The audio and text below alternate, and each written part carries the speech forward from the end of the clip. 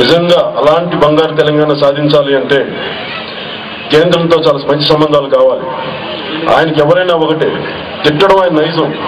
కల్వకుంట్ల చంద్రశేఖరరావు గారికి ఎవరిని తిట్టిందే ఆయనకేంటంటే పొద్దున్న లేచినప్పటి నుంచి కేసీఆర్ గారికి ఎవరిని పడితే ఆయన తిట్టడం, దాని నుంచి ఆయనకు వచ్చే కిక్కే వేరే. ఆయన తిట్టి ఆయనకు వచ్చే కిక్కే వేరప్ప. నేను నా కుటుంబాన్ని తీయించుకుంటాను, నా కుటుంబాన్ని తీసుకెళ్తాను. టికెట్లు సీమాంధ్రులు బంధువులకి ఇస్తారు టికెట్లు.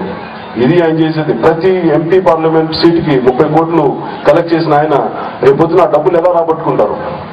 వచ్చే పరిశ్రమల నుంచి వాటి నుంచి పర్సంటేజ్లు తీసుకొని మళ్ళీ ఇంకా ఆయన వ్యక్తిగతంగా ఆయన లాభపడతారు తప్ప తెలంగాణకి నిజంగా ఆయన వాళ్ళు ఒరిగేది ఏమి ఉండదు. ఎందుకంటే లోపల నుంచి చిత్తశుద్ధి లేదు. లోపల నుంచి మనస్ఫూర్తిగా కానీ ఉంటే ఒకేసారి 2 యూపీఏ, ఒకటి యూపీఏ 2 ఎన్డీఏ వీళ్ళని పదే పదే తిట్టు.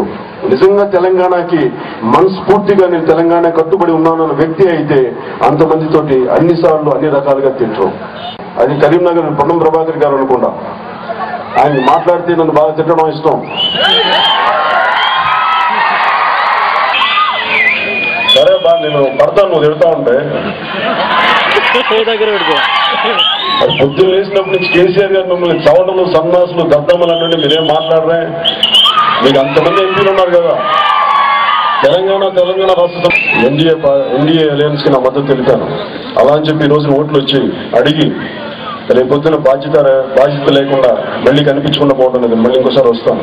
ఒకవేళ నిజంగా ఏదన్నా మన కరీంనగర్ సమస్యలు ఉంటే మీరు మన జనసేన కార్యకర్తలుగా అభిమానుల దృష్టిగా రేపొద్దున తీసుకొస్తే రేపొద్దున విద్యాసాగరరావు గారికి నేను మనస్ఫూర్తిగా తెలియజేసుకుంటాను.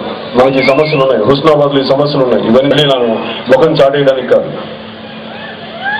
నేను మిమ్మల్ని ఒకటే అడుగుతాను, తెలంగాణ రాష్ట్రానికి ఒక బలమైన నాయకత్వం కావాలి. ఆ బలమైన నాయకత్వం మనకు వచ్చేది ఎన్డీఏ అలయన్స్తో వస్తాయి. ముఖ్యంగా ప్రధానమంత్రిగా ఒక బలమైన, మన భారతదేశం లాంటి బలమైన దేశానికి బలమైన నాయకుడు కావాలి.